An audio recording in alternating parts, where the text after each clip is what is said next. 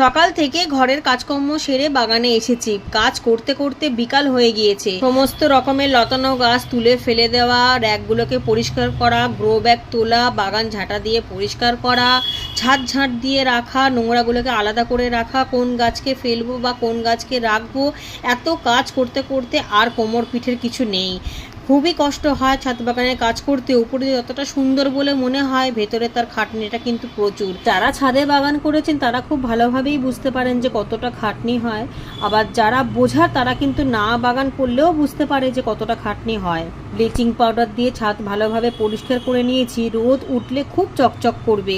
এটা কিন্তু প্রতি সময়তেই আমি করি, যেমন গরমের সময় করি, বর্ষার আগে করি এবং শীতের আগে। এই করাটা কিন্তু শীতের আগের জন্যই আমি প্রস্তুত করে রাখলাম। সমস্ত গাছ এক সাইডে জড়ো করে রেখেছি। যখনই বৃষ্টিটা কমবে তখন এক এক করে মাটি তৈরি করতে হবে শীতের জন্য। বেড বানাতে হবে, গাছ বসাতে হবে।